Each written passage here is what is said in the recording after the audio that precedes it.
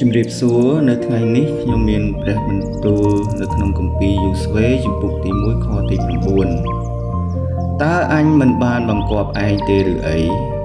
ដូច្នេះចូលឲ្យមានកម្លាំងនិងចិត្តក្លាហានចុះកុំឲ្យខ្លាចឡើយក៏កុំឲ្យស្រយឹកចិត្តផងត្បិតព្រះយេហូវ៉ាជាព្រះនៃឯងទ្រង់គង់ជាមួយនៅកន្លែងណាដែលឯងទៅផងអាមែនសេចក្តីអធិដ្ឋាននៅក្នុងជំពូកនេះអោព្រះបិតាព្រះរាជបុត្រានិងព្រះវិញ្ញាណបរិសុទ្ធ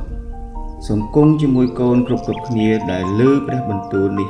ថាព្រះអង្គជាព្រះចម្រើនកម្លាំងយើង